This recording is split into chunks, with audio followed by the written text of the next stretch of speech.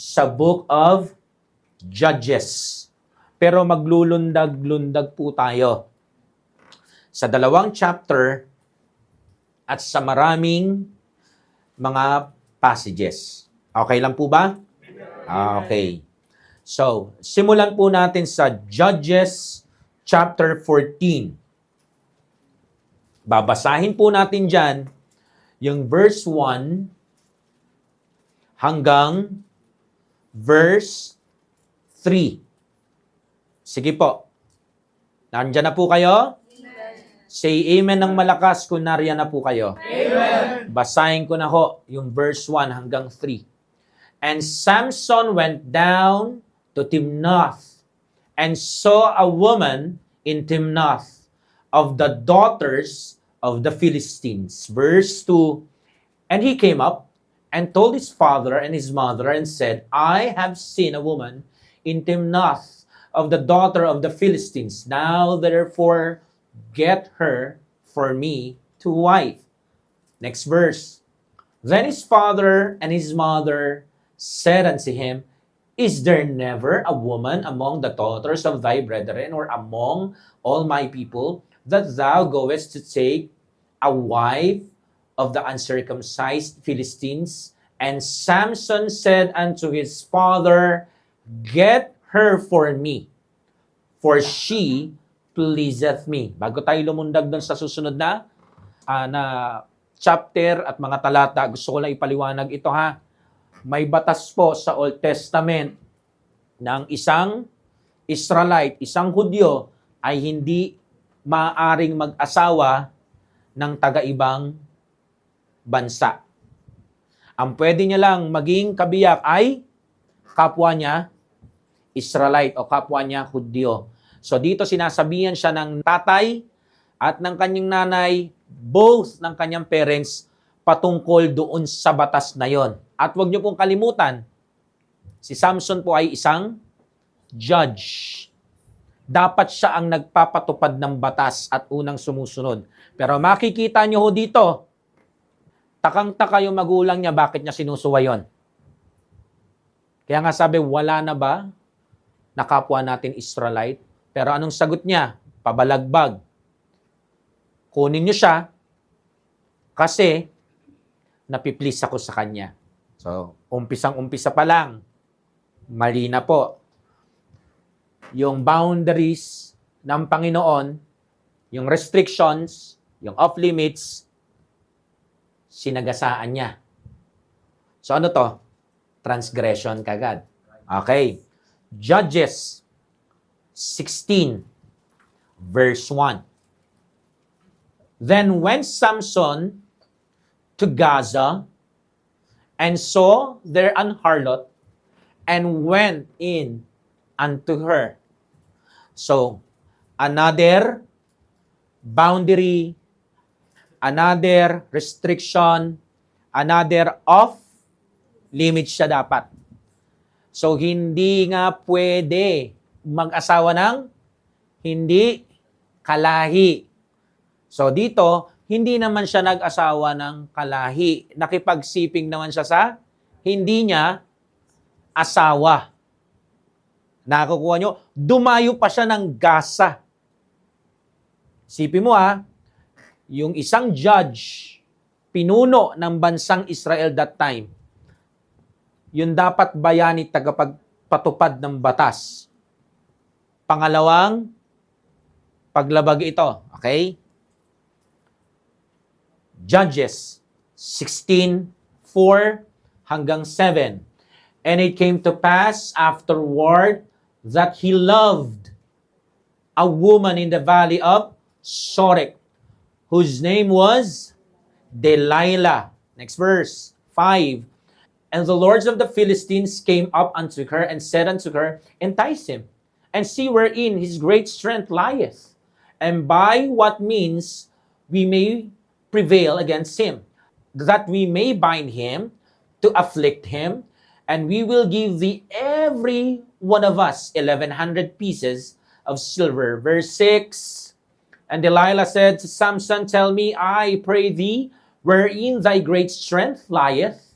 Kumaga, kinausap siya ng mga leader ng Palestina at sa verse 6, tinatanong niya na yung kung saan nanggagaling yung lakas ni Samson kasi interesado siya doon sa ibabayad na silver, malaki.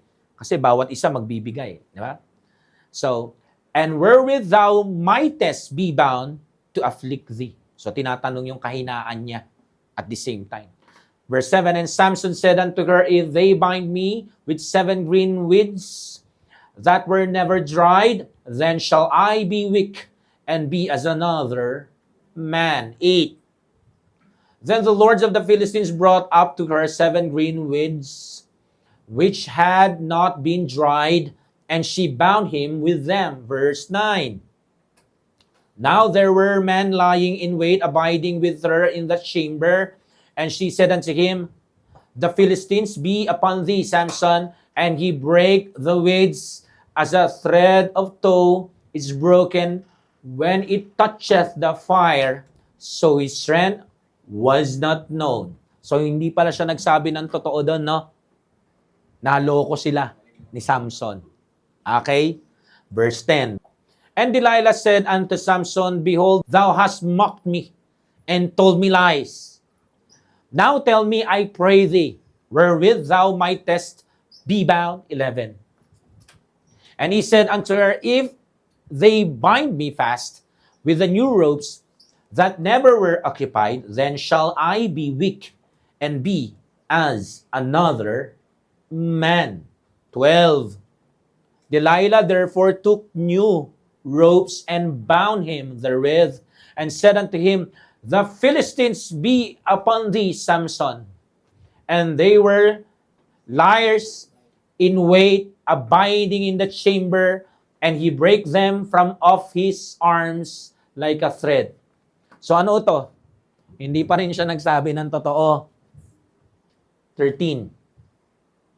And Delilah said unto Samson, hitherto thou hast mocked me, and told me lies. Tell me wherewith thou mightest be bound. And he said unto her, if thou weavest the 7 locks of my head with the web. 14. And she fastened it with the pin, and said unto him, the Philistines be upon thee, Samson. And he waked out of his sleep, and went away with the pin of the beam, and with the web. At alam na po natin ang kasunod na nangyari.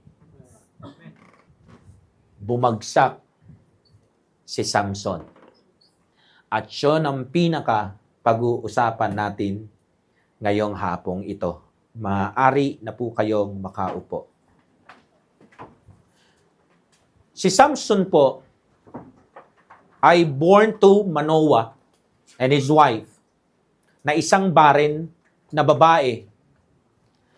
Sila po ay binisita ng anghel ng Panginoon at binigyan ng prophecy na magkakaroon ng anak. At walang iba kundi si Samson. At itong si Samson daw ay kailangan is-set apart bilang isang Nazarite. Siya po ay isang tao na dedicated fully, dapat, para lamang sa Diyos.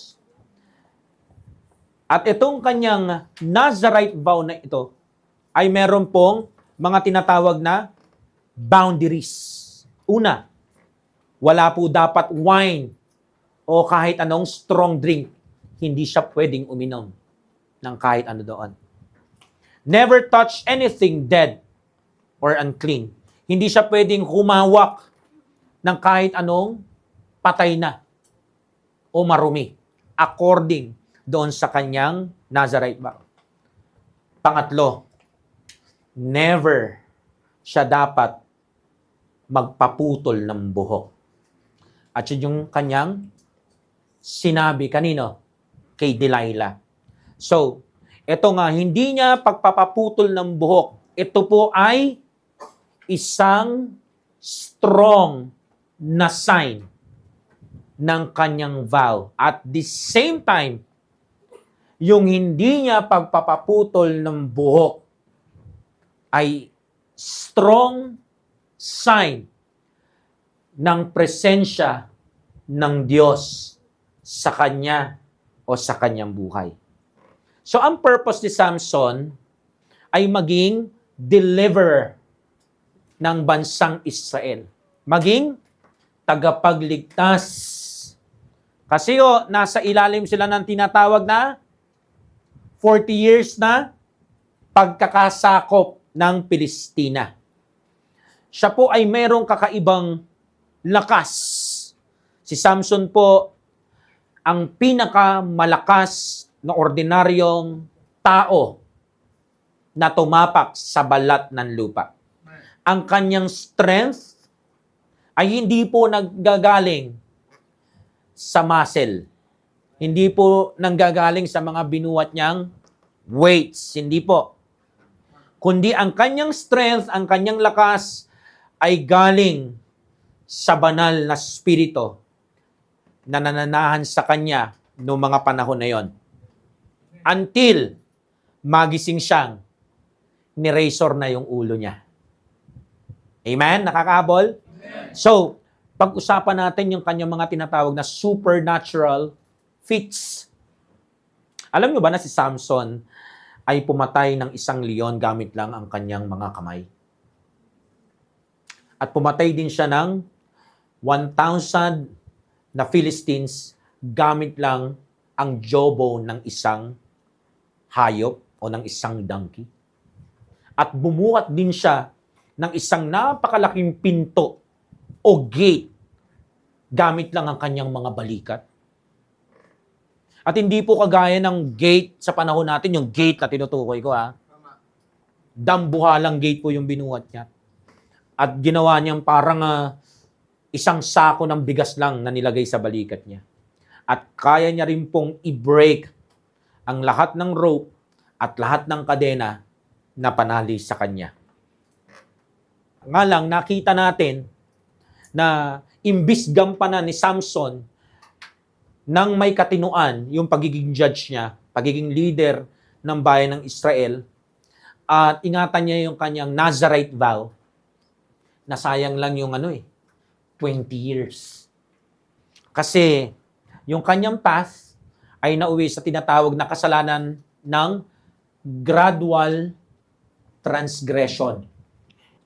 Umikot ang kanyang buhay sa mga nuggets ng pagkukompromiso. Akala niya, yung maliit na kasalanan, mananatiling maliit lang. Doon siya nagkamali. At yun po ang pag-uusapan natin kasi baka tayo, mula sa mga nakikita na yon hanggang sa hindi pa, maging malinaw na sa atin ngayon pa lang. Walang maliit na kasalanan ang mananatiling maliit na kasalanan. Okay?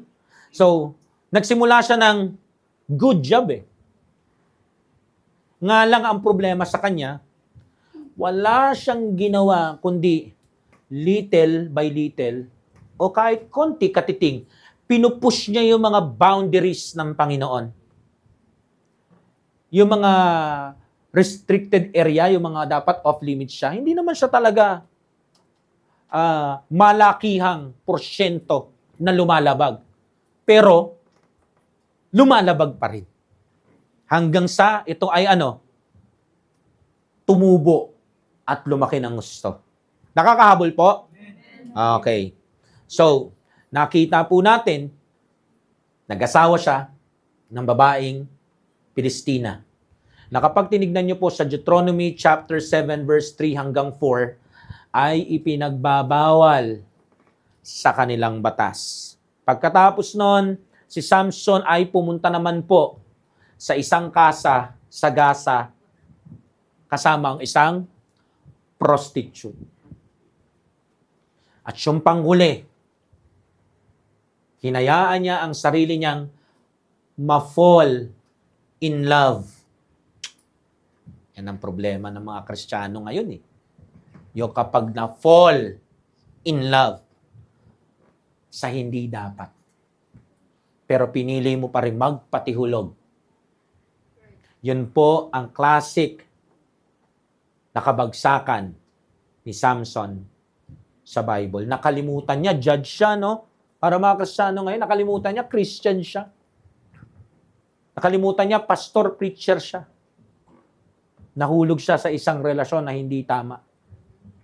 At hindi kalugod-lugod sa Panginoon. At sabi ng Panginoon, boundary na yan. Hangganan ko na yan. Restriction ko na yan. Hindi ka dapat nandyan. Naalala ko yung kwento ni Rizal, yung sa Gamo-Gamo. May isang salitaan doon sa kwento na yon. Masyadong nagandahan at nakipaglaro yung Gamo-Gamo sa apoy. Kinain siya nung apoy. So, ito ay maging paalala sa atin. Dahil po dito sa pagka-inlove niya sa isang Pilistina na ang pangalan ay Delilah, kaya isinilang yung lyrics na why Delilah? I'm sure sapat na po yung background na ibinigay ko. And I believe na ihanda ko na po kayo sa mensahe natin. Ang title po ng mensahe natin ay Pushing Boundaries, where small sins leads you away from God. Pushing boundaries, where small sins lead you away from God. Simulan po natin sa ating point number 1. Ano yung point number 1 natin? Rationalization of Samson.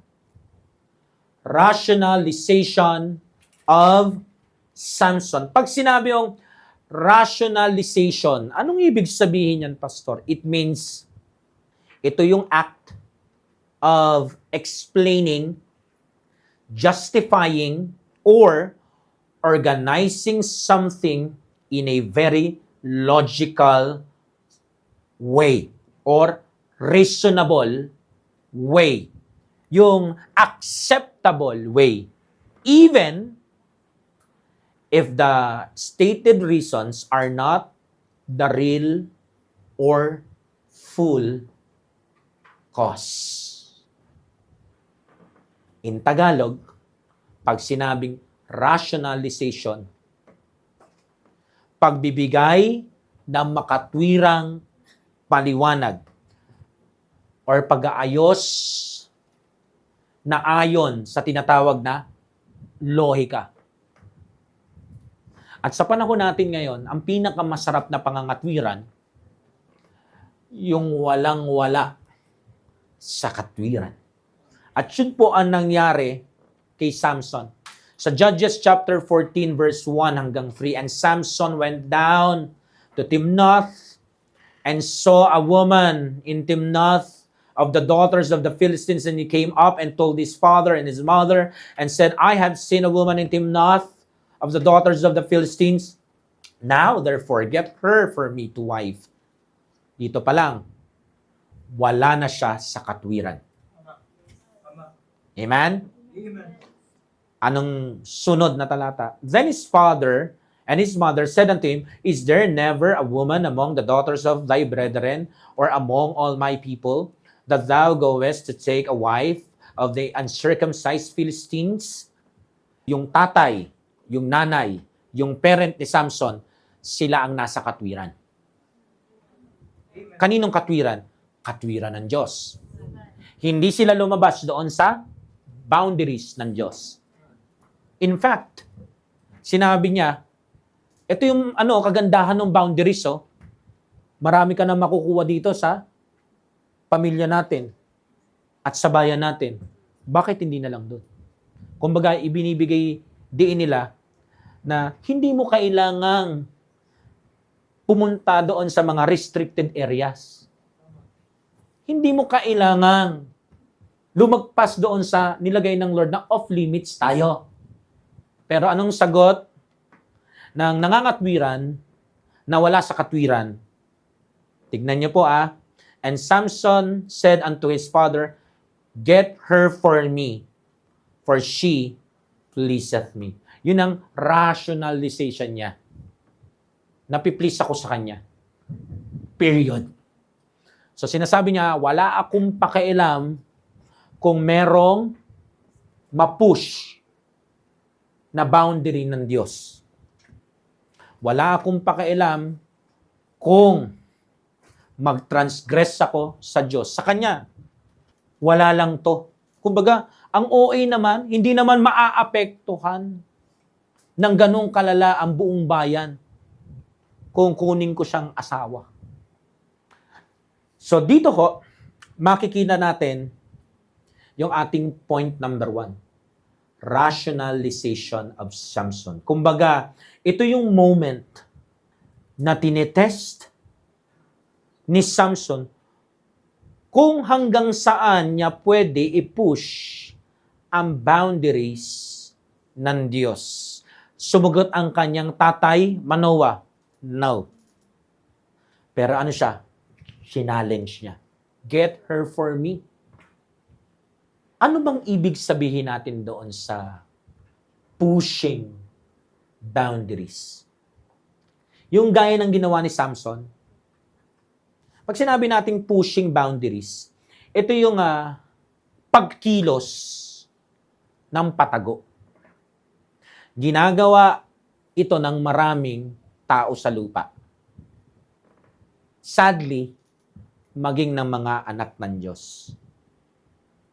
So kapag sinabi ho nating pushing boundaries, we are talking about gradual transgression. Hindi malakihang o halatadong pagkakasala. Piece by piece. Konti-konti lang. Katiting lang. Or should I say, yung tinatawag na one word, compromise. Ito yung little by little, pero disobedience pa rin. O sa Tagalog, unti-unti, pero paglabag pa rin. Kumbaga, onting tulak sa pinto. Pwede yang sumara o pwede yang bumukas. Kahit konti yon, may nangyari pa rin. Nakakahabol? Amen. So, itong kasalanan na ito, nangyayari na to sa panahon ni Samson. And I believe, nangyayari din to sa ating panahon at nangyayari sa iyo, hindi lang namin agad kita kasi nga, small, little, gradual. Pero kahit gaano ka-small, ka-little, ka-gradual, may gumalaw. May nag-push. Ang tanong, kaninang umaga, noong mga nakarang araw, sa linggong ito na nagdaan, anong boundary ng Panginoon ang pinupush mo na hindi mo dapat pinupush? Ano yung restrictions ng Panginoon na hindi mo dapat pinupuntahan? Ano yung off-limits na hindi mo na tinitignan at tinatrato bilang off-limits? Last 2 weeks, last month, ano yun? Meron ka bang naaalala? Kasi ang mensahe natin ay hindi aksidente. Bagamat hindi ko to iprenepara para bilang patama, I still believe po na bawat impression ng Panginoon sa kanyang lingkod, may nakikita man ang kanyang lingkod o wala, pero nakikita ng Diyos Amen.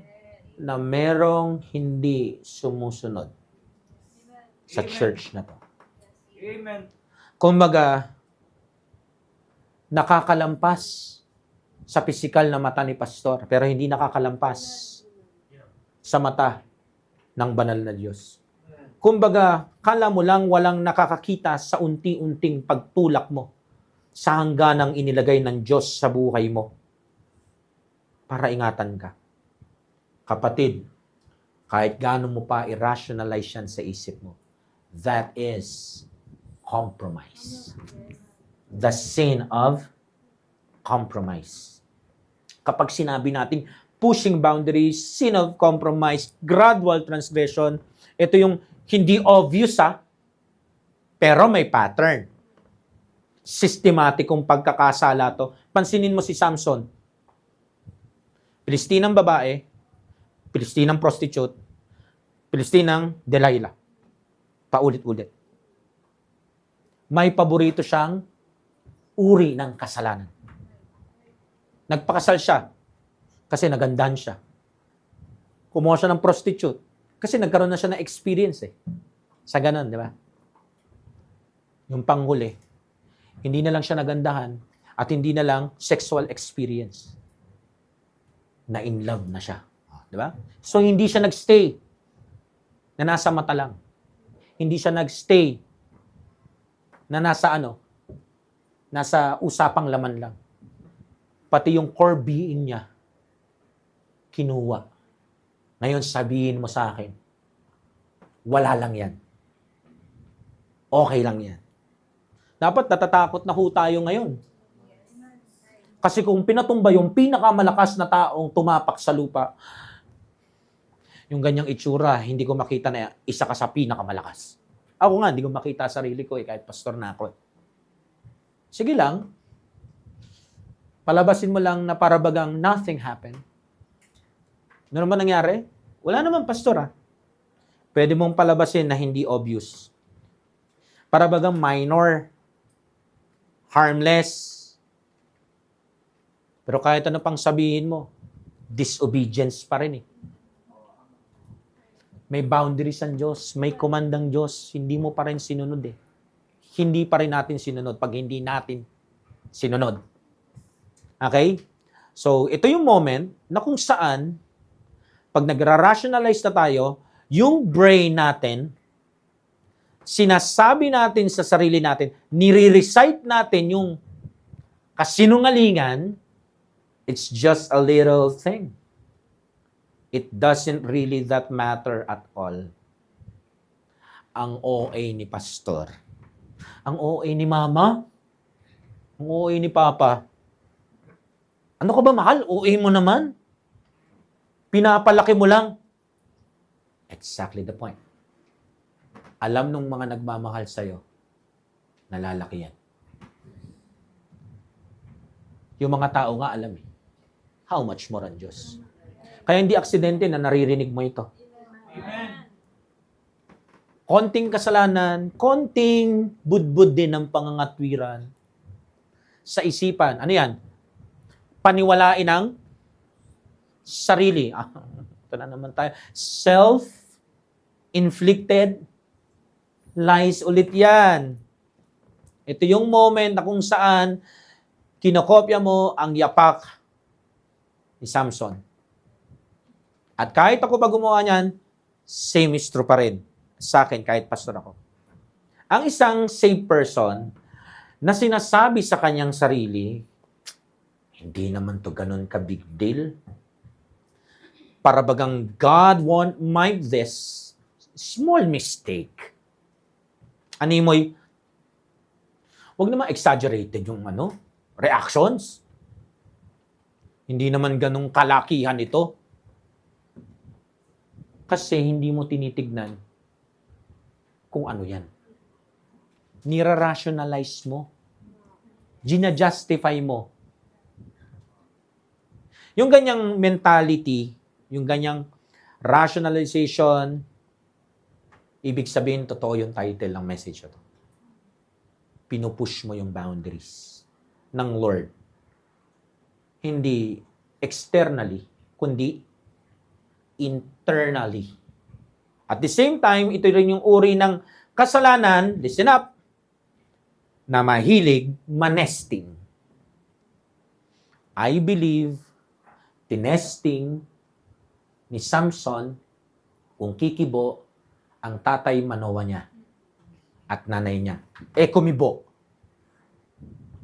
Anong plan B niya? Maggalit-galitan. Basta, kunin niyo siya. Gusto ko siya. Napiplease ako sa kanya. Diba ganon? Kapag hindi umiral yung plan A na paninesting, maggagalit-galitan na lang ako. Magtatampu-tampuhan na lang ako. Para yung another party na kaharap mo, magdedesisyon out of emotions na pinakita mo. Mahilig mag-testing the waters. Kikibo ba ang Diyos kapag tinulak ko ng konti o ginalaw ko ng konti yung boundaries niya? Mahilig tong manesting itong kasalanan na to. Habang chine-check niya at sinisikap niyang intact pa rin yung kanyang imahe. Habang chine-check niya at sinisikap niyang intact pa rin yung kanyang reputasyon, maging yung kanyang posisyon sa mata ng publiko, that is wickedness. Hypocrisy. Anong resulta sa atin? Kung gagayahin natin ang lakad na to, tayo mga Kristiyano sa church na to, magsisimula tayo na lumayo sa takot sa Panginoon. Hanggang makita natin yung sarili natin, wala na tayong ganang sumunod sa Panginoong Yesus na may paggalang at respeto sa kaluwalhatian niya. So, hindi natin namamalayan yung ating pagiging transgressor, sobrang lala na pala. Terminal na. So, ito yung kamandag ng konting dosage ng rationalization. Hindi siya mananatiling maliit na dosage. Mahuhuk ka. Lalaki at lalaki yan. Hindi yan mananatiling katiting. Ito yung sandali na successful na si Satanas. Sa'yo at sa akin, kapag sinanay natin ang sarili natin na nagra-rationalize. Pag itim, dapat nakikita natin siya as itim. Pag puti, nakikita natin siya dapat as puti. Walang gray area. Walang in-between. Kahit ano pang sabihin mo, paano kung ito yung sitwasyon? Regardless, kahit anong sitwasyon. Kapag sinabi ng absolute truth ng Biblia, ang kasalanan na yon ay mananatiling kasalanan. Amen? Amen. Hindi ba't ganito ang nangyayari sa maraming church ngayon? Tinitignan nila kung kikibo si pastor. Halimbawa na lang, sa kasalanan ng pagsisinungaling, yung pinag-usapan natin nung nakaraang Wednesday at kaninang umaga. Tapos lapag natin sa tinatawag na setup ng isang pastor sa kanyang relasyon sa mga miyembro. May mga miyembro na ganito Kikibo kaya si pastor? Dito sa subtle. Pag sinabing subtle, tuso o tago. Na small compromise ko. Lalo na kapag yung mga miyembro magaling na magsalita. Kumbaga, pagpapaikot. Kumbaga, tinitignan niya ko yung lying niya, lulusot. Tinitignan niya kung anong magiging response o reaction. Kumbaga, mairaraos ko ba? Kikibo kaya si pastor sa subtle tago na small compromise na ginagawa ko sa kanya? Mapapatango ko ba siya habang nag-i-explica ako? Testing the waters. Kung magre-react ba si pastor? Kasi nandun mo malalaman kung successful ba yung pushing boundaries. Kung yung bantay, kaya mong i-bribe o lagyan. Nakukuha nyo, mga minamahal? So, pag nairaos, nakapag-push ng konti. Next week ulit. Alam nyo, ang evil ng goal na to. Sineset up mo yung pobre mong pastor. At kung ikaw ay anak, ang evil pa rin ng ginugol mo sa parents mo. At kung ikaw naman ay asawa, ang evil lalo. Yan ang ginugol mo sa mister mo, sa misis mo, yung mapa-oo sila, mapasang-ayon mo sila sa pagsisinungaling mo. Yung tipong magpapaalam ka sa pastor mo, ang dami mong mga tinagong key, facts, doon sa pinapaalam mo. Papalabasin mo, inosenteng pag-aaral lang, inosenteng team building lang, inosenteng etc. etc. Ang evil. Wickedness yan. Satanic na practice yan. Nagsisinungaling ka, abomination na naman yan. Namumuhay ka sa moment na kung saan namumuhay ang Panginoon sa mga pinaggagawa mo. Isipin mo, no? Yung pastor mo nag-aaral na ang tanging puso niya is lumago ka sa pananampalataya at huwag kang mapano. Pero nakukuha mo na imanipula siya. Isipin mo yung parents mo, pinag-aaral ka nila. Kumakayod sila, nag-overtime sila, pinapatay nila yung sarili nila. Tapos lolokohin mo lang sila. Yung asawa mo. Amen? Nagiging, mabuting may bahay. Tapos yung mister mo, mabuting provider. Tapos magtataksil ka. Hindi po ako nakakakita ng Galatians 2:20 doon. Wala pong Christ-likeness doon.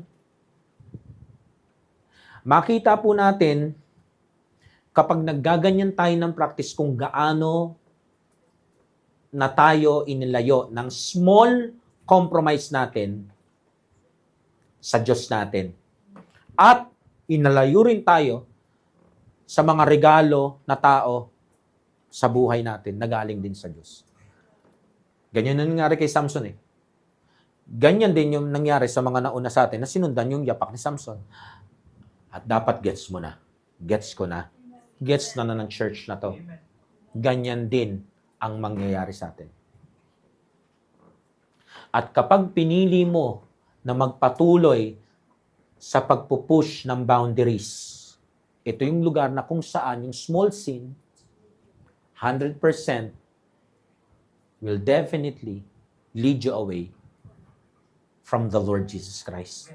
Kapag sinabi mong, hindi ako hihinto, are you saying, yun rin ang absolutely na gusto mong mangyari sa Christian life mo? Yung nangyari kay Samson? Gusto mo ganon? Malayo narating niya. Amen? Pero ang tanong, yun rin ba ang nais nating malayong marating natin? Anong saysay ng makarating sa lugar na napakalayo? Kung ang ibig sabihin naman nung narating na napakalayo, ay napakalayo na rin sa Diyos. Right. Amen. Kung Kristiyano ka na nasa sound mind ngayon, aayawan mo yung practice ng pushing boundaries. Hindi mo iismulin yung small sins na yan. Number 2. So, nandito pa rin ho tayo sa mensaheng pinamagatang. Pushing boundaries where small sins lead you away from God. So, tapos na po tayo doon sa rationalization of Samson. Please, kung nagra-rationalize ka pa rin, stop. Yung ganyang mentalidad, crucify it sa cross ng Lord Jesus Christ. Kasi hanggat nandyan yan, hindi mangyayari yung not I, but Christ. Ang mangyayari, magpapatuloy ka sa kasalanan. Dulo niyan, downfall. Okay? Amen. Number 2 is the desensitization of Samson.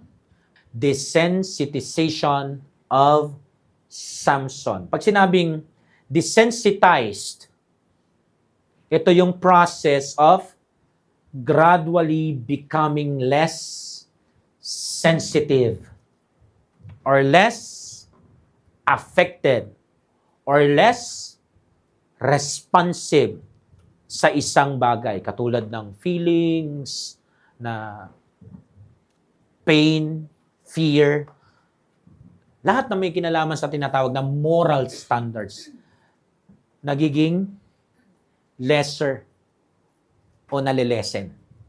Hanggang sa tuluyan ng mawala. Desensitization po iyon. Meaning, kung ilalagay natin sa Christian living, sa moment na to, what you thought was wrong before becomes normal to you over time.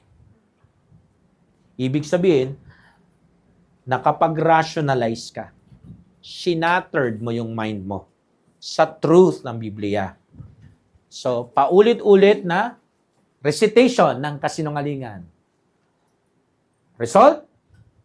Desensitized. Kung maalala niyo yung preaching doon sa camp natin, chastisement, o yung tinatawag na palo ng Diyos sa isang tunay na anak ng Diyos. So, makikita natin doon sa kanyang preaching na inihatid sa atin na sobrang ganda doon sa huling gabi natin doon sa camp. Na ang Diyos hindi po nang tolerate. Na ang Diyos ay hindi enabler. Hindi magiging kasi siya ay holy. Amen. Siguro may mga nagpipreach na ganun ang himig, ganun ang tono, ganun ang parating. But, yung karakter ng Panginoon hindi magbabago. Mananatiling banal. Amen. Hindi po niya i-corrupt ang sarili niya. Kasi once na i-corrupt niya ang sarili niya sa kasalanan, yun na po ang paghinto ng pagiging Diyos niya. Magiging sinner na rin siya. Pero alam natin na hindi yun gagawin ng Diyos. At hindi magiging kailan-kailanman. Right. Kaya nga nakita natin dun sa preaching, nagturo siya ng chastisement. Pero sa kabila ng mga ganyang old-fashioned na mga turo, makakarinig ka ng mga tila baga, mga modernized Christian branding sa panahon natin. Ano yun? Yung mga linyang, wala naman. Nanakot lang si pastor nung camp. Ang katotohanan pa nga, atin-atin lang Hindi ko nga sinunod Magto 2 months na, pa 3 months na nga Pero, okay naman ako. Nothing happened naman na masama sa akin. In fact, all goods pa nga Na-promote pa ako. Alam nyo yung mga ganyan, ang tawag dyan, na desensitize ka na ng kasalanan mo. Kailangan mo magkaroon lagi ng oral recitation sa isip mo para paniwalaan ang bagay na yan. At itikom ang Bible mo. Dalin lang, pero manatili siya nakatikom. Hindi lang sa harap ng mga tao, higit sa lahat, nakatikom sa puso at isipan mo. That is pushing boundaries. Para magkaroon ka ng lakas ng loob na sabihin na walang palo kahit nandun yun sa Book of Hebrews. Kailangan mong ulit-ulitin sa sarili mo na hindi nag-i-exist ang Book of Hebrews. Yung chapter na yun, yung verses na yun. And that is wickedness. Hindi lang doon sa taong sinasabihan mo. Sa sarili mo. Nagkakasala ka sa sarili mo. Pinagsisinungalingan mo yung sarili mo. Pinagsisinungalingan po natin yung sarili natin. Little by little, our heart stops feeling guilt. Little by little, nawawala na yung convictions. Later on, little by little, wala na yung fear of God. Palubog ka ng palubog sa tinatawag na desensitization. Yun po ay quick sand sa Christian life. Walang kasalanang i-exalt ka palapit kay Jesus Christ. Lahat siya nakahataking ka pailalim. Papunta sa malaimpyernong buhay sa lupang ito. So ito yung punto na kung saan dati-rati what we used to feel wrong, bad, scary or heavy sa'yo, ngayon, slowly but surely, becomes normal na lang. Accepted mo na. Or even, okay rin naman pala, no? Dati hindi ka sumasama sa kanila. Ngayon, wala na lang. Pag nagaya sila, naka-autopilot, sama ka. Siya lang ibig sabihin yan. Parang Samson lang, desensitized. Tahimik na, wala na nag-i-amen. Meron bang napukpok na pako? Amen. Baon na baon ba? Amen. Alam mo kung ikaw ay ako at ako ay ikaw, hindi rin ako makaka-amen. Kasi kung ako ay guilty sa bagay na to, hindi to oras para isigaw yung amen. Hindi ko maibubuka ang bibig ko. Bakit? Alam mo? Kasi alam mo, guilty ka. Uunahin mo pa ba yung pagsang-ayon ng malakas sa bibig kaysa sa pagsosorry ng taos puso sa isip habang nakikinig? Ikaw naman mamimili eh. Pero pag pinili mo yung mas malakas na amen, mas malakas na preach on, mas malakas na tama, may tama ka. Ang laki ng tama mo sa utak, namumuhay ka sa maling-mali, kasalanan. Isipin mo, you no longer feel bad about sin. You no longer hear God's warning. Kaya mo nang shake it off. Nang ganun kadali. Kung tayo yon mga minamahal, ibig sabihin, we no longer care about crossing His line. Alam niyo, pag napunta tayo sa ganung lugar, that is a very frightening place to be. Kung hindi ka natatakot, I suggest silingin mo sa Lord, ipakita sa iyo kung gaano yon nakakatakot. Kasi isa lang ibig sabihin yan, desensitized ka. Sinanay mo na yung sarili mo sa kasalanan. Why? Yan ang resulta ng kakatesting mo. Walang kumibo. Walang nag-react. Itutuloy ko to. Ako sa'yo, wag na. Kasi mapapalayo ka sa Panginoon. Baka kamatayan mo yan, abutan ka ng Panginoon na malayo sa Kanya. Dati-rati, nung may katapatan pa tayo, yung tipong naka-crucified pa yung buhay natin. Yung tipong totoong-totoo pa yung crucified, not I, but Christ na yan. Totoong-totoo pa yung mga life verse mo. Kapag may nilapag sa'yo si Satanas na ganito, ano sasabihin mo? I cannot do that. Yun agad ang initial reaction mo. That is immorality. I cannot do that. That is corruption. Hindi ko pwedeng gawin yan. That is sin against my God. Kasalanan yan sa Lord Jesus Christ. Dati-rati.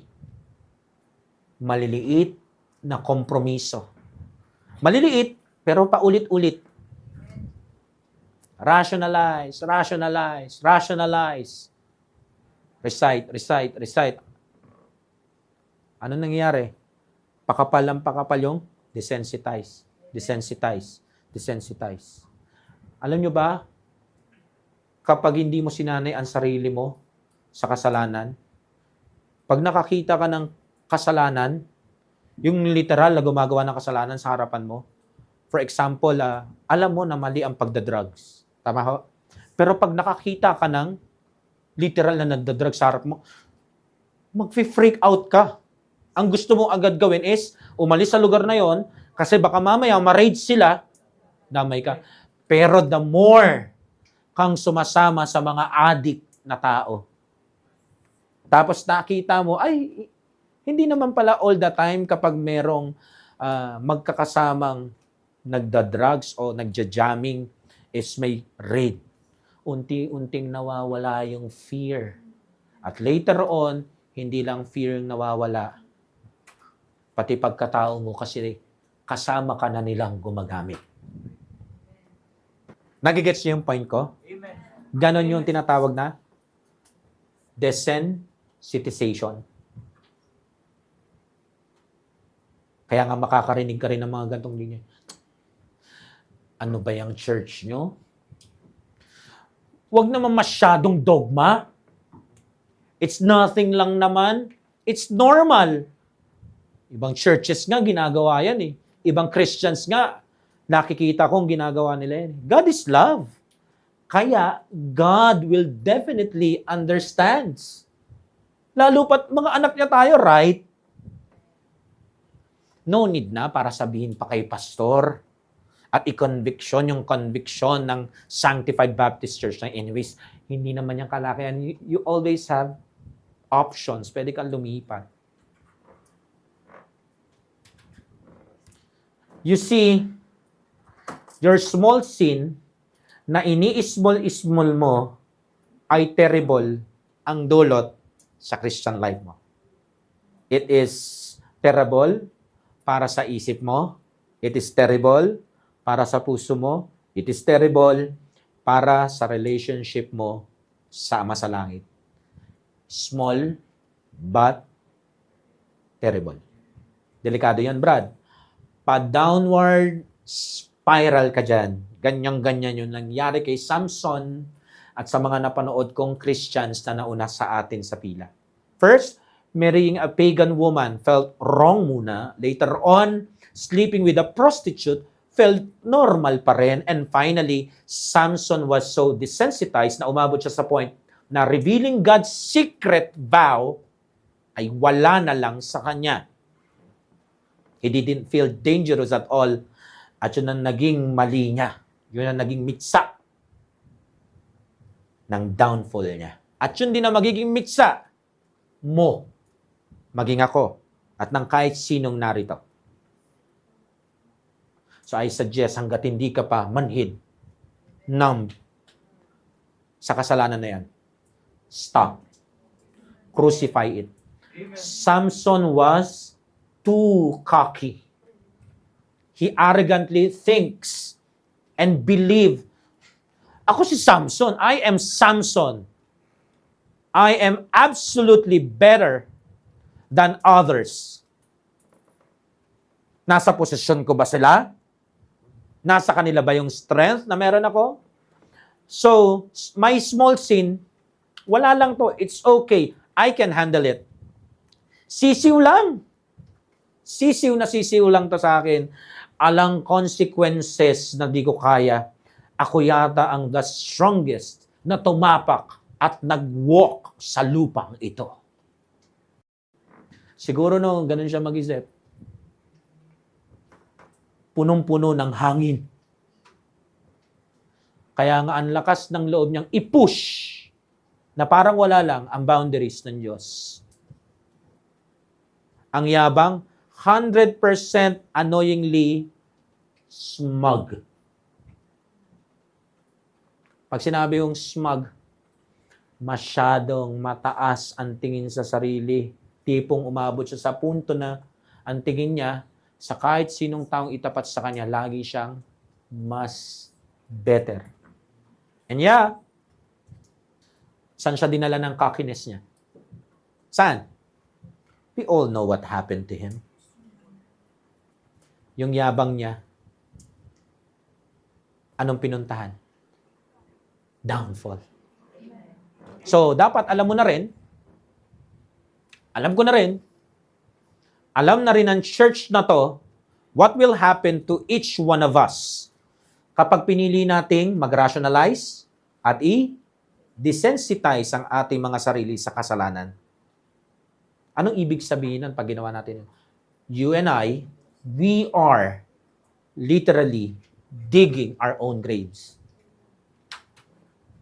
Hinuhukay mo na yung paglilibingan mo. Kaya ingat tayo kapag nagsimula na yung mga mentalidad na ganito. Are you with me? Yeah. Letter A, downplaying our sins. Dapat hindi yan nangyayari. Small sin lang to.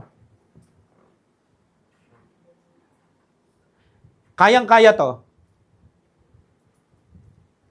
If I were you, kung merong small sin, immediately confess it and forsake it. Isa pang maling mentality, God is too kind to punish us or to punish me. Huwag mo masyadong i-abuse ang truth na yan. Kasi kahit gaano pa ka-loving at ka-kind ang Lord, hindi niya po ikokompromiso ang kanyang pagiging banal at just na Diyos. He will not do that. Kahit gaano pa siya ka-gracious, kahit gaano pa siya ka-merciful. Amen? Kaya yung gradual sinning na yan na ginagawa mo, na inaapakan ang mga bawal ng Diyos, itigil mo. Itigil mo yan. At kung ginagawa mo yan, at kung pinaplano mong gawin yan, God forbid, pigilan ka ng Diyos. Kaya nga samo ko sa langit para sa family dito sa SBC. Huwag nating i-weaponize yung Word of God para i-corner ang Diyos natin. Di ba? Loving ka? Di ba? Gracious ka? Di ba? Merciful ka? Tapos sabay gawa ng kasalanan. Huwag mong i-weaponize yan sa Panginoon. Hindi mo magugustuhan. Every boundary God set is for our good and safety, mga minamahal. Lahat na mga boundary na sinet up ng Diyos sa harapan natin na nakalagay sa kanyang salita ay para yan sa ating ikabubuti at safety.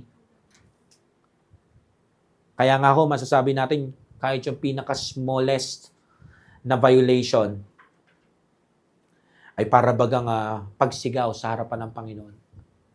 I know better than you. Sinasabi mo yun sa Diyos. I know better than God. That is arrogance. Huwag kang cocky. Niligtas ka lang ng Panginoon. Yung ganyang mindset is rebellion against God's authority. It is lying to yourself, lying to God. You are pretending it is nothing, kahit hindi siya nothing lang. Alam na alam mo na kahit gaano pa yung ka-small, yan ay salang-sala pa rin. Kahit gaano yung ka-little, kasalanan pa rin yan. It is exactly the sin of Samson. He pretended na na strong hero, strong leader ng Israel. Kala mo talagang obedient. Kumbaga yung kanyang mga talumpati, tama, sukat, kapani-paniwala. Pero kapag sumapit na ang gabi, nasan si Samson? Nandoon sa mga babae na hindi niya dapat kasama, sumisiping-siping siya doon. Sana hindi tayo ganun, ha? Pinipreach yung tama. Kinakanta yung tama. Ina-advise pa yung tama. Bandang muli, malalaman ng lahat, namumuhay sa kasalanan na patago. Wala akong pamumuhay sa kasalanan na nagsimula ng malaki. Nagsimula yan sa piso-piso muna. Hanggang tumubo.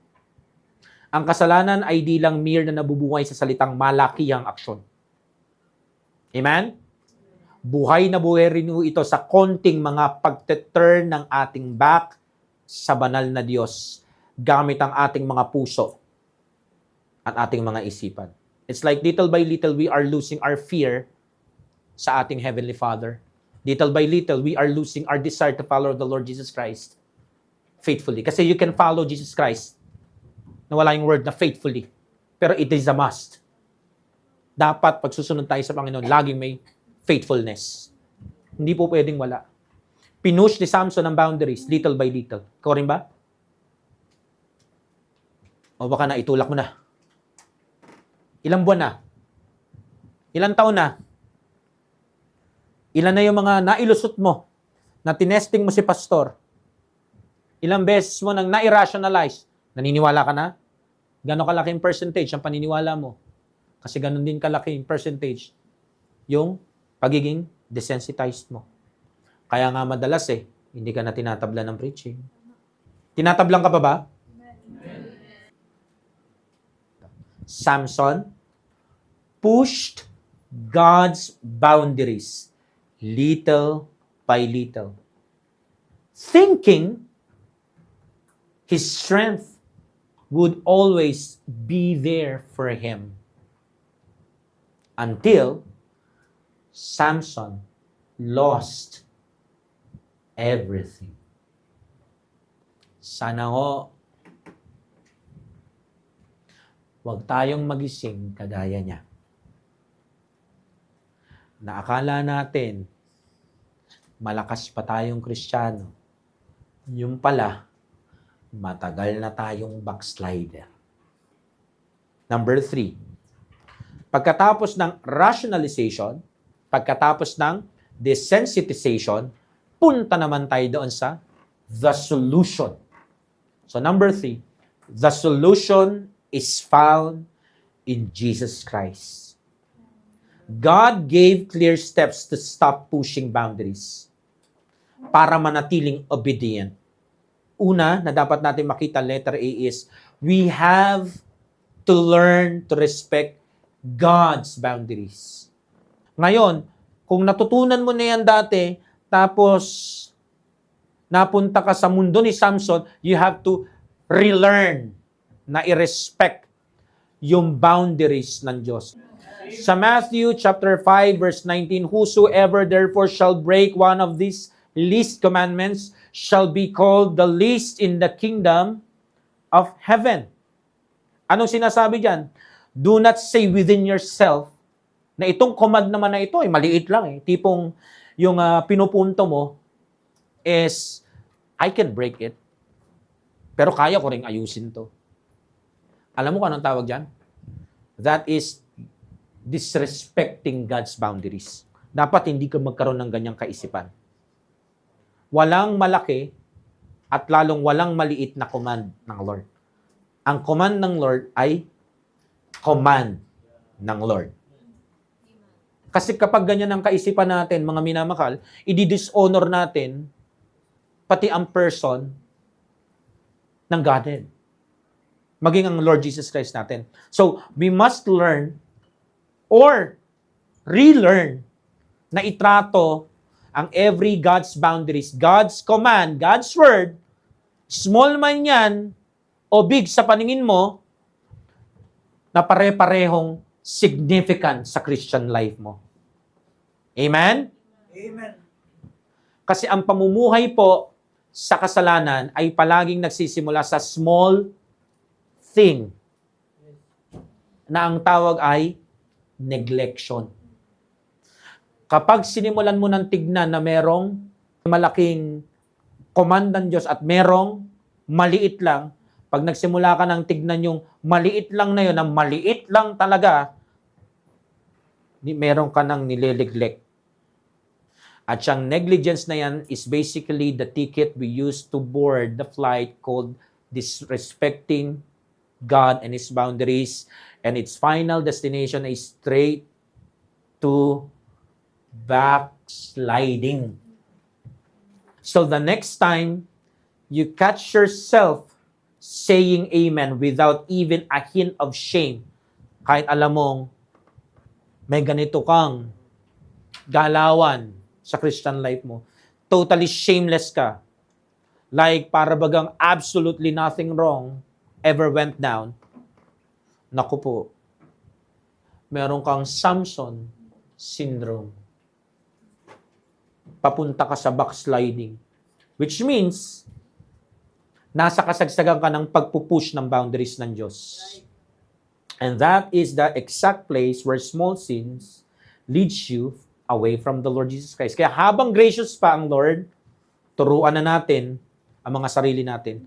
O ituro natin muli sa mga sarili natin, respeto. Ibalik natin ang paggalang sa salita ng Diyos. Kapag merong salita ng Diyos, ang takbo ng isip natin, walang malakihan, walang maliitan. Ang utos ng Diyos ay utos ng Diyos. Kasi kung hindi po, you might end up like Samson. Gagawa ka ng remake niya. Your own version sa panahon natin. Ano pa? Letter B. When we sleep, do not wait. Confess and forsake it immediately.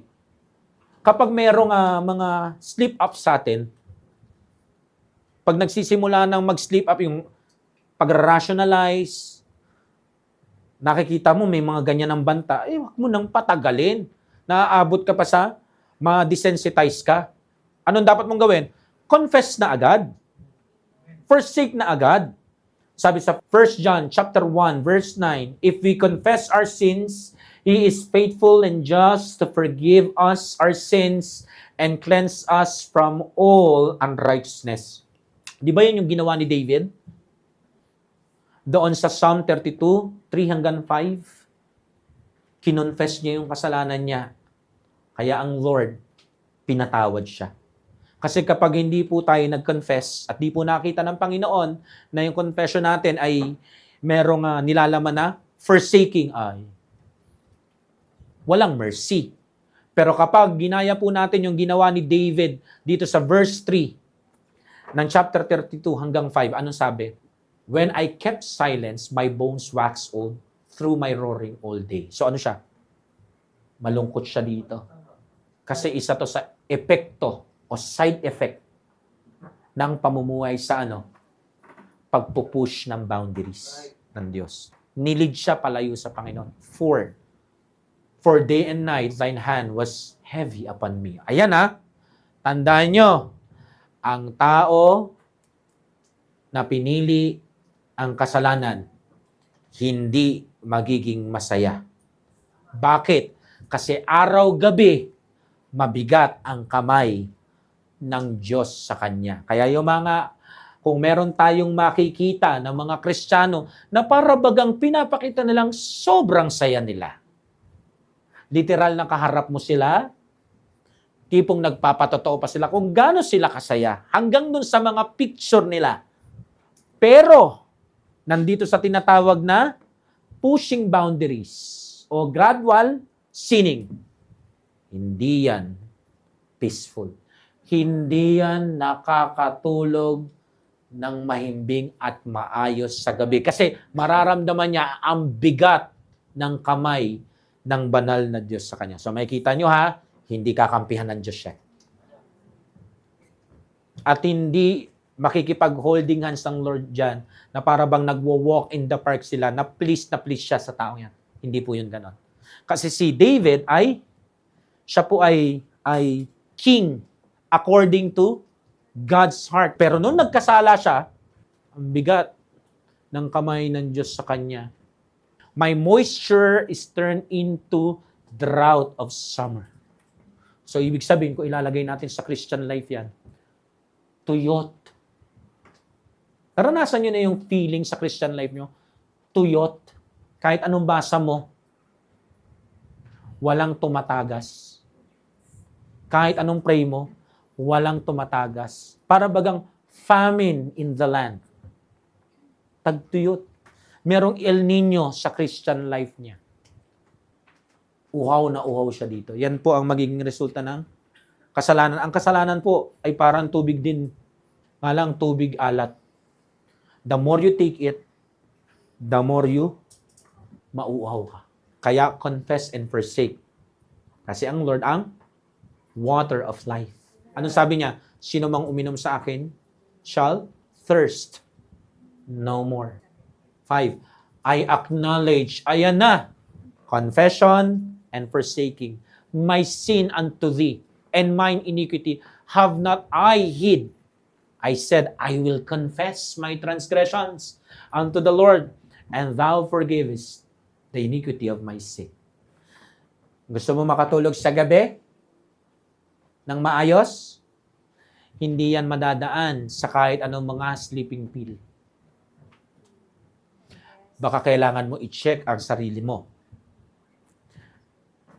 Baka may iniquity.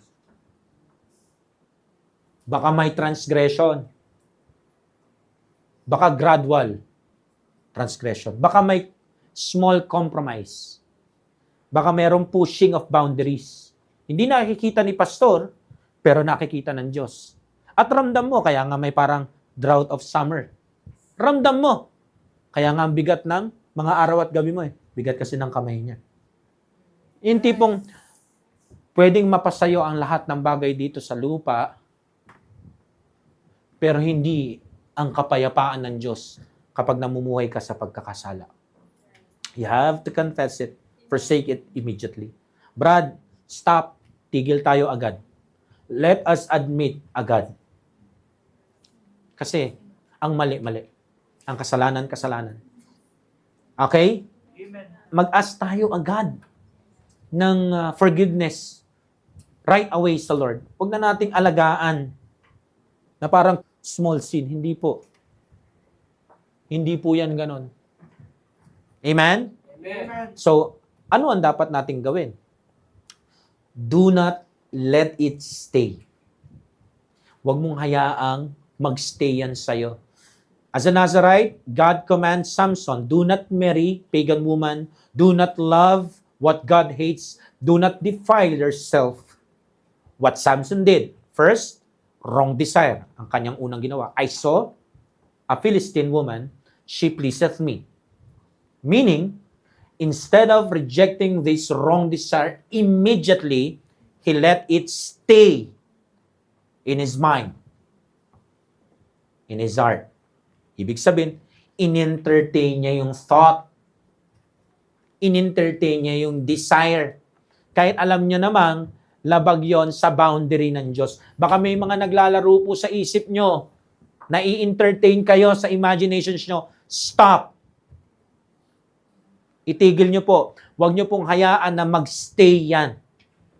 Ang Lord Jesus Christ, kaya walang guile na lumabas sa bibig niya, kasi hindi niya hinayaan na pumasok si Satan sa isip niya. May lalabas lang na kasinungalingan sa bibig mo kapag merong umandar na kasinungalingan sa isipan mo. Sumunod doon si Samson went to a prostitute. Again, Samson let lust compromise. Kaya nag-stay to sa kanyang heart. Hindi niya kinast out. Walang confession. Walang forsaking. Samson kept it. Alam niyo po yung kasalanan na yon, hindi po yun umalis. Bagkus nung pinatira niya yon, nag-ugat. That small sin didn't leave. It took root. At yun din po ang mangyayari sa ating lahat. Amen? On the contrary, dahil si Jesus ang solution, amen? Amen. He never let anything or affection and lust na magstay sa isipan at puso niya. Di ba nga he was tempted 40 days, 40 nights? Every temptation, bread, power, glory, pride. The moment it was spoken, he rejected it instantly, immediately. Anong sabi niya? Na nagsasalita si Satan, inunahan niya, get behind me, Satan. Yung iba sa atin nakikipag-negotiate pa. Kumbaga nakakita ng nasa sales to. May 10% off. Pero kung gagawin mong 20% off, iuuwi ko na sa bahay namin yung kasalanan na yan. Ang Lord Jesus Christ, wala kang maririnig na ganun. Kaya nga, let us not keep hide o kahit mag-hold pa tayo ng little compromise. Little wrong desire is wrong desire pa rin.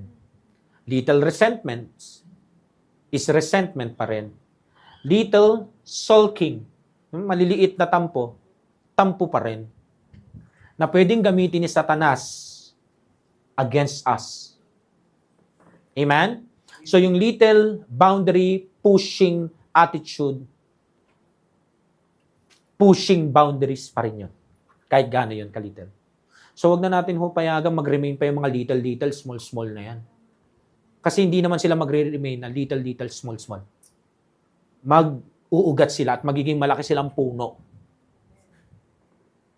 Maliban sa mahirap na ituwid, mahirap din bunutin yan kapag naging dambuhala na. Amen? Kaya huwag nyo na pong hayaan na maging pamamahay nila ang mga puso natin. Amen? Yung kaisipan natin. Amen? Amen. Huwag nyo nang patirahin yan sa mga damdamin nyo sa kapwa ligtas natin. Amen? Sabi nga a little leaven, leaveneth the whole lump.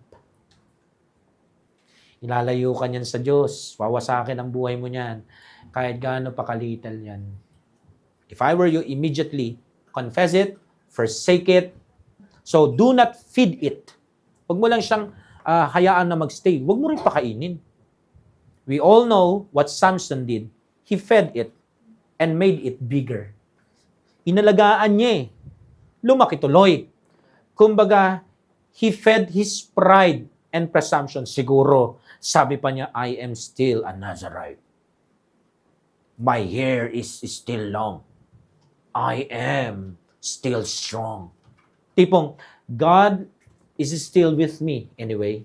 Even if I marry this pagan woman, even if I sin a little bit more, nothing will happen. Kasi nothing happened naman before. Baka pwede natin ulitin ng ulitin. Ang Diyos natin ay Diyos ng second chances. Pero sino man nagsabi sa'yo na porque Diyos siya ng second chances, ay lagi ka may second chance. At lagi niya rin yung ibibigay. Kung ganyan ka, parang kasi Samson, you are lying to yourself. Every single day, pinapakain mo yung kasinungalingan mo. At lumalaki yan. Every time Samson pushed a boundary and nothing bad happened, right away, ang sinasabi niya ay yung sinasabi din ng maraming Kristiyano ngayon. See? I'm fine. I'm good.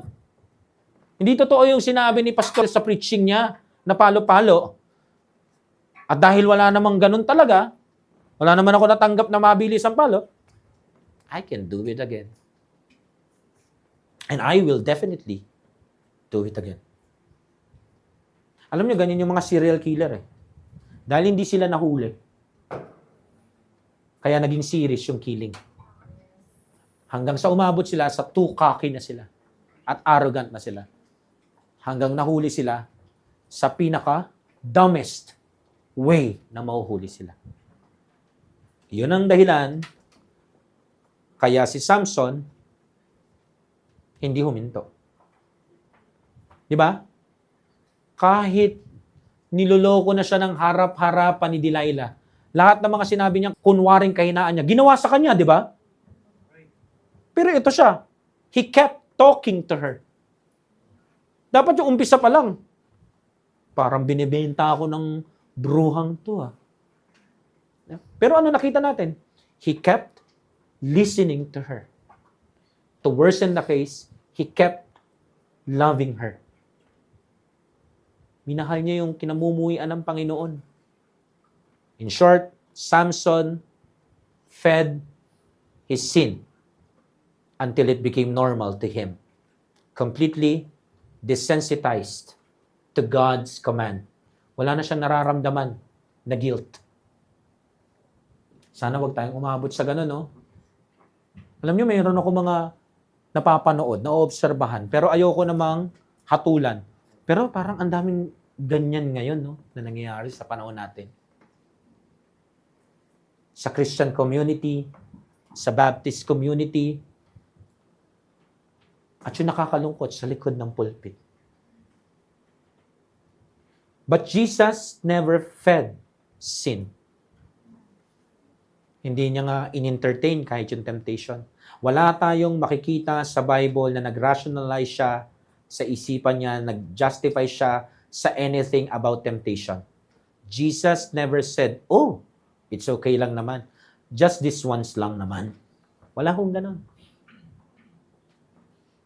He never entertained negative, wrong, lustful, selfish thoughts. Wala po kayong mababasa ganun.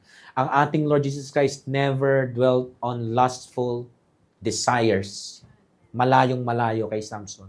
At lalong ang ating Lord Jesus Christ never nag-made ng excuses. Even though He was God in the flesh, ang Lord Jesus Christ humbled Himself pa rin. Never niyang fined ang pride niya. Never siyang nag-presume ng anything. Kaya nga ang salitaan niya at ang buhay niya nung nandito siya sa lupa, makikita natin sa John chapter 5 verse 19. Ano yun? I do only what the Father tells me. Not my will, but thine. Ang Lord Jesus Christ never nagbigay sa kasalanan ng pagkain. Never niya tong pinakain. At never niya tong hinayaang mag-mature sa kanya. Letter C, do not let it grow. Samson let it grow hanggang maging full-blown na perdition na sa kanya. Ang buhay po ni Samson ay salamin ng progression ng maraming buhay sa ating panahon. Small sin, little compromise, pushing boundaries, rationalization, desensitization, full-blown rebellion, full-blown backsliding, at syempre, downfall. Imagine, Samson's pushing boundaries might sound like this. Pwede yan. Nailusot mo nga yung nagpakasal ka sa Pilistinang babae. Tapos no, namatay na yung babaeng yun. Pwede yan, nagawa mo nga dati. Hindi mo nga papakasalan ngayon eh. Uupa ka lang naman eh. Tapos later on, pwede yan. Nagawa mo na nga yung magpakasal eh. Nagawa mo na rin yung umupa eh. Pwede ka na rin ma-inlove. Pwede mo na rin ilaglag. Pati yung panawagan mo. Full-blown downfall. Sana huwag naman mangyari kay Pastor Ryan yan, no? Amen? Pag-pray nyo ho na huwag naman ako maging ganyan. Yung asawa ko, o kahit sino man sa pamilya ko. At yun din ang prayer ko sa inyo gabi-gabi. Huwag po kayong maging ganun. Nga lang po, ang sad reality here is that Samson keep pushing and pushing and pushing until everything was pushed. Wala nang maitutula kasi naipush na po lahat. In other words, dinisregard niya ang Diyos entirely. Hinayaan niyang mag-grow ang kasalanan sa kanya. At yung pinaka-worst part dito, nung ma-realize niya, he was so far, far gone away. Sa sobrang layo niya, Samson didn't even notice. Iniwan na siya ng Panginoon. Judges, chapter 16, verse 20. And she said, the Philistines be upon thee, Samson.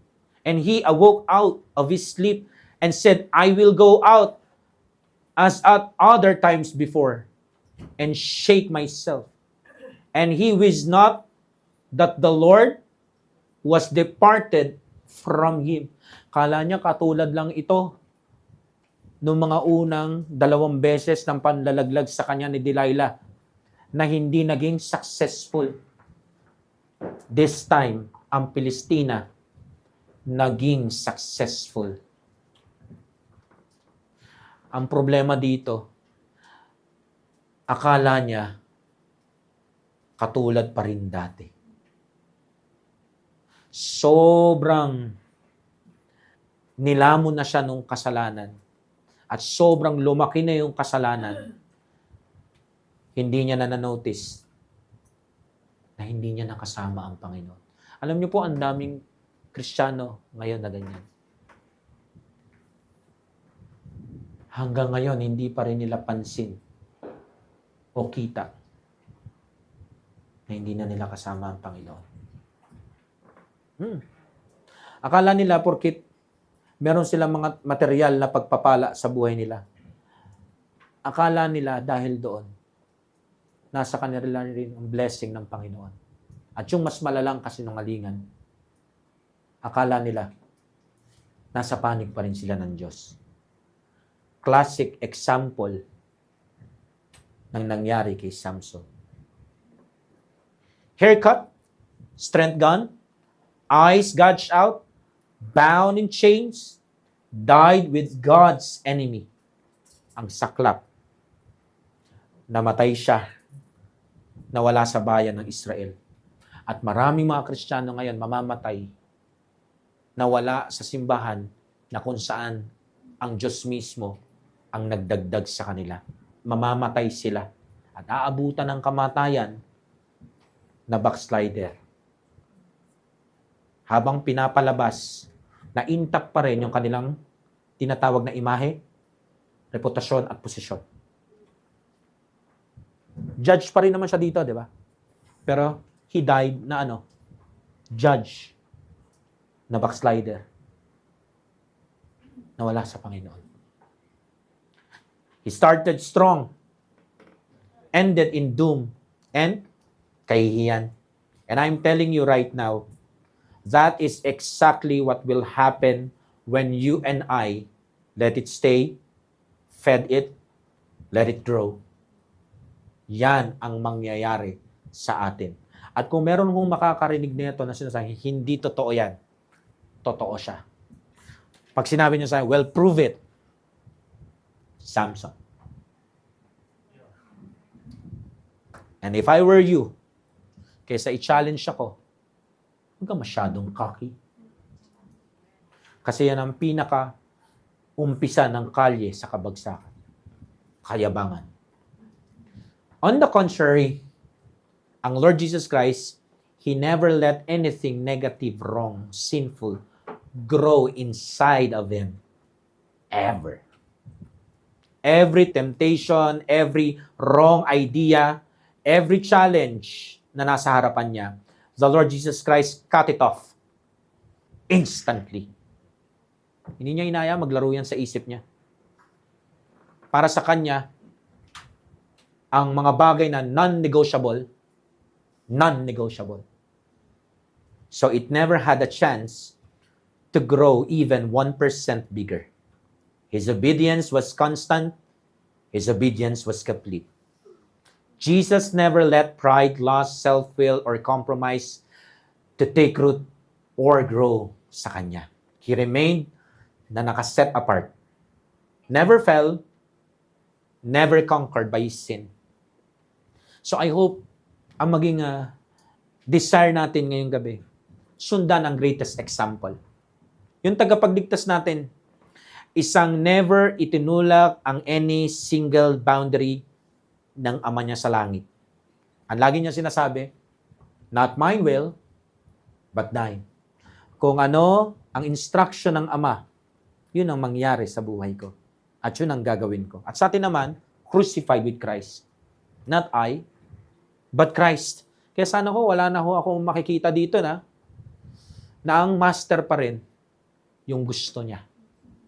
Napahamak si Samson sa ganyan. Sister, do not let it harden your heart. At sa ating mga kalalakihan, Brad, do not let it become your daily habit. Ano yung tinutukoy mo, Pastor? Ikaw may alam. Mga kapatid, kayo may alam. Kung ano yung mga boundaries na pinupush nyo. Huwag natin paabutin sa moment na maging secretly deep-seated rebellion hanggang maging isang full-blown backsliding na yung pinupush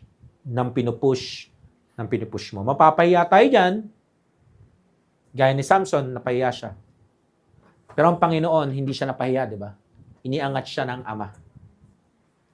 Ang ginagaya natin, si Jesus Christ. So bago tayo magsara, heads up tayo. Again, I will not force you. Nasa sayo kung maniniwala ka o pipiliin mong ayokong maniwala, Pastor. Fine. Ikaw yan eh. Buhay mo yan. Pero listen up. Pag tinuloy mo yan, you are walking on the brink. Lumalakad ka sa thin ice. Maybe in your eyes, you are not yet fallen, not yet destroyed, not yet in perdition, but, merong but just like Samson, you are standing right at the very edge of it. Ang labanan dito, oras lang. Amen? You are only one push and one compromise, one more just small sin away from falling into your demise. Conclusion. Gradual transgression, o sa Tagalog, onti-onting pagtulak sa hangganan ng banal na Diyos o sa kanyang salita is one of the most dangerous sins na pwede mong ilagay sa sarili mo. Why? Because it deceives, it sows. Yes, it looks small, harmless, normal at first, but it is very rebellious. Sa sobrang pagiging rebellion nito, walang ibang destinasyon, separation sa Diyos. What starts as small, hindi po yan mananatiling small. Lalaki po yung destructive. Magdudulot po yan ng loss. At syempre, judgment. Hindi papayag ang Diyos na magiging unpunished yan. Are you with me? Amen. Kaya pag-pray natin yung maging ganito lang tayo. Proverbs 30, verse 8 and 9. Tandaan niyo po ito. Maganda tong talatang ito. Proverbs 30, 8 and 9. Remove far from me vanity and lies. Amen? Amen. Give me neither poverty nor riches.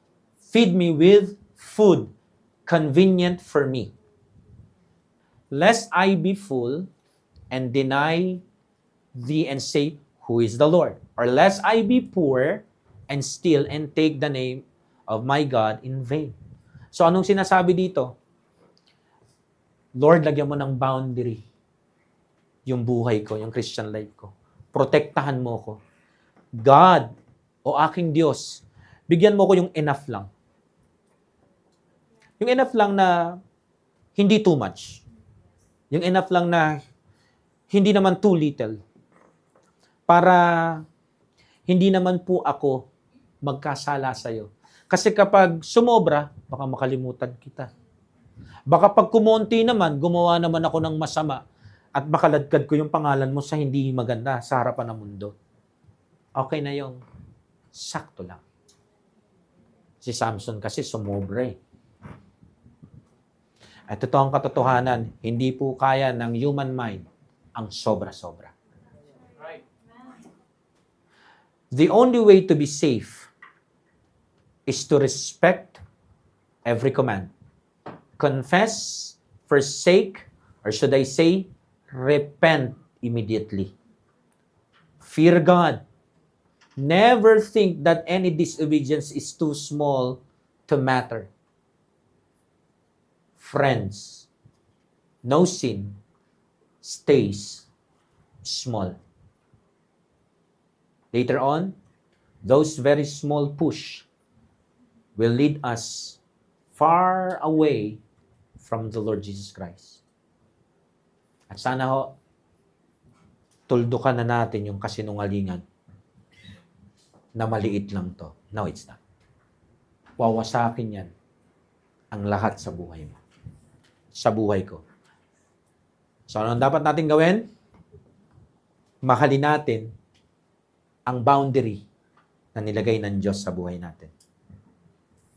Huwag nating masamain. I-appreciate natin. At kung ikaw naman ay isa sa mga guilty, ito mga nagdaang araw, linggo at buwan, o baka taon na pinupush mo yung mga boundaries na to, magbago ka na ng isip. Bago mahuli ang lahat. Shall we pray?